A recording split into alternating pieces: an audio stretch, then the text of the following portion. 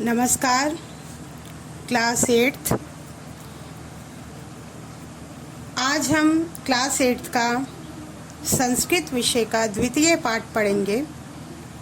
पाठ का नाम है बिलस्य वाणी न कदापि में श्रुतः, अर्थात बिल की वाणी मेरे द्वारा पहले कभी नहीं सुनी गई। प्रस्तुत पाठ संस्कृत के प्रसिद्ध कथा ग्रंथ पंचतंत्रम के तृतीय तंत्र काकोलूकीयम से संकलित है।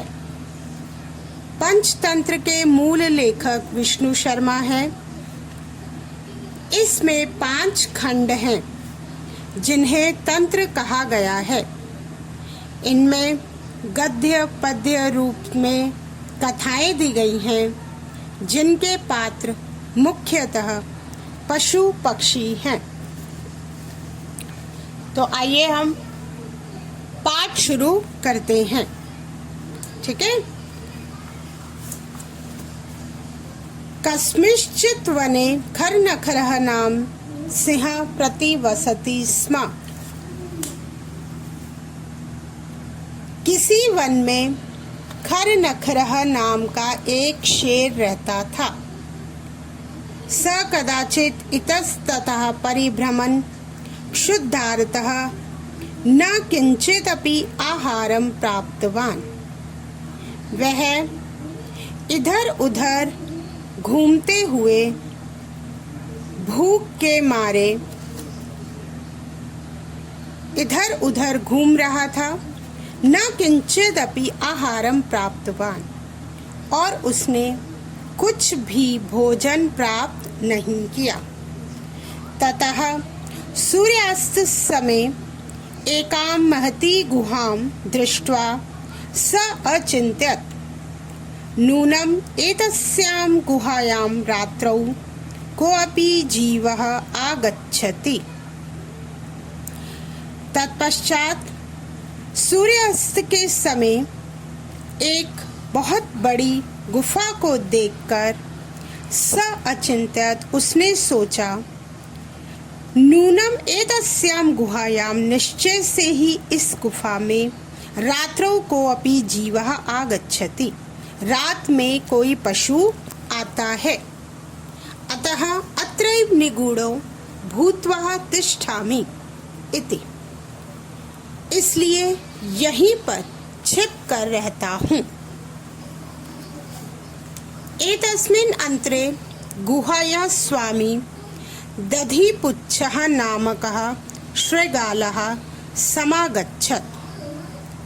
एतस्मिन् अंतरे, इसी बीच, गुफा का स्वामी दधिपुच्छ नाम का एक गीदड़ आ गया। स च यावत् पश्यति तावत् सिंह पद्धति गुहायां प्रविष्टास्यते। तब शेर के पैरों के निशान, सिंह पद्धति शेर के पैरों के निशान गुहायां प्रविष्टा दृश्यते, गुफा में जाते हुए दिखाई दिए। न च बाहिर आगतः, किंतु बाहर आते हुए दिखाई नहीं दिए। तो उसने क्या देखा कि शेर के पैरों के निशान गुफा के अंदर तो जा रहे हैं किंतु बाहर नहीं आ रहे। शृगालः अचिन्त्यत्, गीदड़ ने सोचा, अहो वनिष्ठोऽस्मि, अरे ये तो बहुत ही विनाशकारी है, ये मैं बहुत ही, मेरे लिए ये बहुत ही विनाशकारी है। नूनम अस्मिन् बिले सिंह अस्तीति तर्कयामि, निश्चय से ही इस बिल में कोई शेर रहता है। तत् किम करवाणि, तो क्या करना चाहिए। एवं विचिन्त्य दूरस्थ रवम कर्तुम आरब्धः, इस प्रकार सोचकर दूर से ही उसने रवम चिल्लाना आरंभ कर दिया। कर्तुम आरब्धः, चिल्लाना आरंभ कर दिया। भो बिल किम न स्मरसि, हे बिल क्यों नहीं याद करती।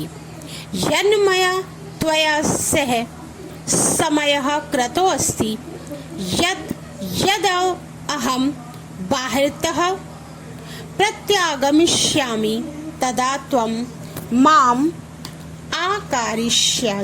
आकारिष्यसि। कि तुम नहीं याद करती कि तुम्हारे साथ मैंने एक शर्त रखी थी कि यद हम बाहरतः प्रत्यागमिष्यामि, जब मैं बाहर से प्रत्यागमिष्यामि वापस लौटूंगा, तदा त्वं माम आकारिष्यसि, तब तुम मुझे पुकारोगी। आकारिष्यसि पुकारोगी। यदि त्वं माम न आवाहयसि तर्हि अहं द्वितीयं बिलं यास्यामि इति। यदि तुम मुझे नहीं पुकारोगी तो मैं दूसरी बिल में रहने चला जाऊंगा। एतत् श्रुत्वा अथ श्रुत्वा सिंहः अचिंत्यत। इस प्रकार ऐसा सुनकर, एतत् श्रुत्वा ऐसा सुनकर सिंह अचिंत्यत, शेर ने सोचा। नूनम एषाम, संधि विच्छेद नूनम धन एषाम, नूनम एषाम गुहा स्वामिनः सदा समाभयम आवाहनम करोति।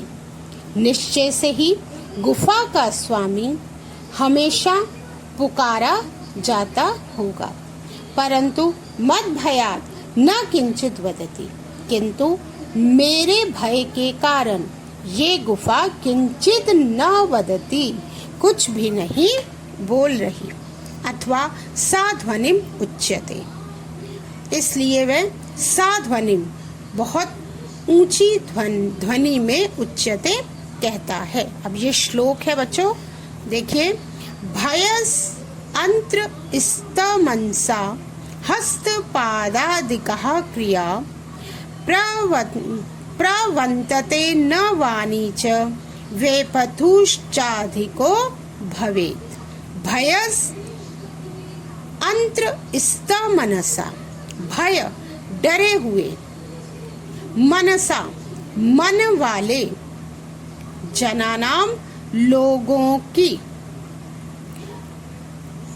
हस्तपादादिका हाथ पैरों आदि से, क्रियाएं हाथ पैरों आदि से जो संबंधित क्रियाएं हैं वो प्रवन्तते न काम नहीं करती।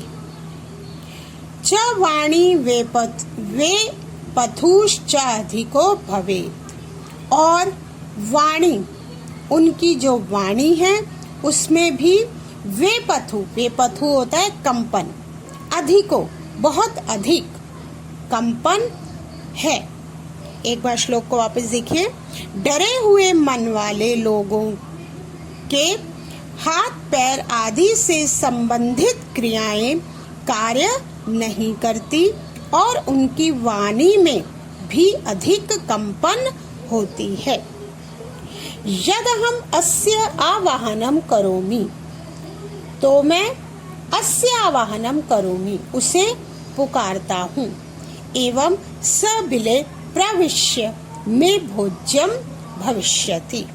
इस प्रकार स बिले वह बिल में प्रवेश करके में भोज्यम भविष्यति मेरा भोजन होगा। इत्थम विचार्य सिंह सहसा श्रृगालस्य आवाहनम अकरोत्। इस प्रकार विचार कर शेर ने सहसा अचानक श्रृगाल को पुकारा।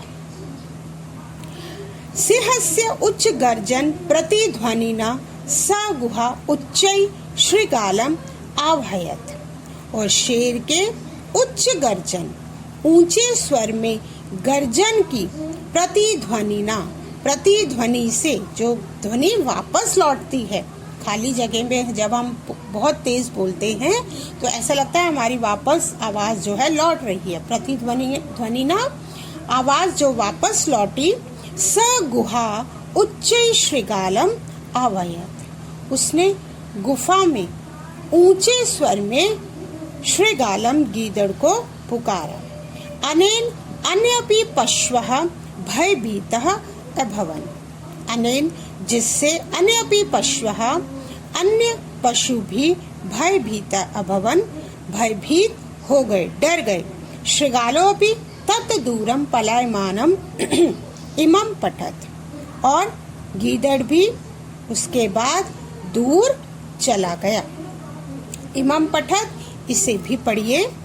अनागतम यह कुरुते स शोभते, स शोच्यते यो न करोत्यन आगतम, वन्यत्र संस्थस्य समागता जरा बिलस्य वाणी न कदापि मे श्रुतः। ये भी एक श्लोक है, ध्यान से देखिए। अनागतम य कुरुते अनागतम, यह मतलब जो, अनागतम आने वाले को अर्थात आने वाले संकट को, शोच्यते विचार, संकट को विचार करते हैं, सशोभते वह सुशोभित होते हैं अर्थात सुखी होते हैं।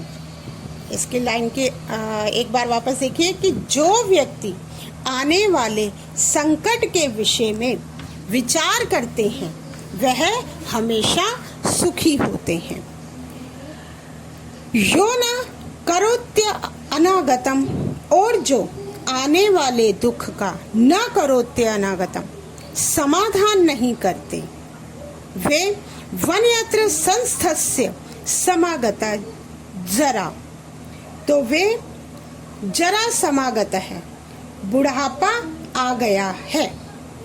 ठीक है, वो वन्यत्र संस्थस्य, वो इसी प्रकार इस वन में रहते हुए दुखी होते हैं और कहते हैं कि मुझे जरा समागता, बुढ़ापा आ गया है।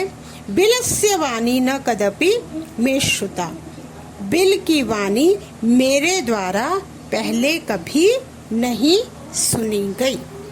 तो ठीक है बच्चों, ये पाठ मैंने आपको पढ़ा दिया है, हिंदी अनुवाद भी करवा दिया है। तो आप इस रिकॉर्डिंग को सुनिए अच्छे से।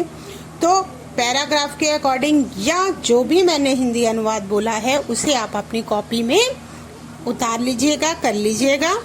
ठीक है, और इसकी जो अभ्यास है वो मैं आपको पीडीएफ के ज़रिए, पीडीएफ के माध्यम से भेज दूंगी, और वो भी आप अपनी संस्कृत की कॉपी में कर लीजिएगा। ठीक है, थैंक यू।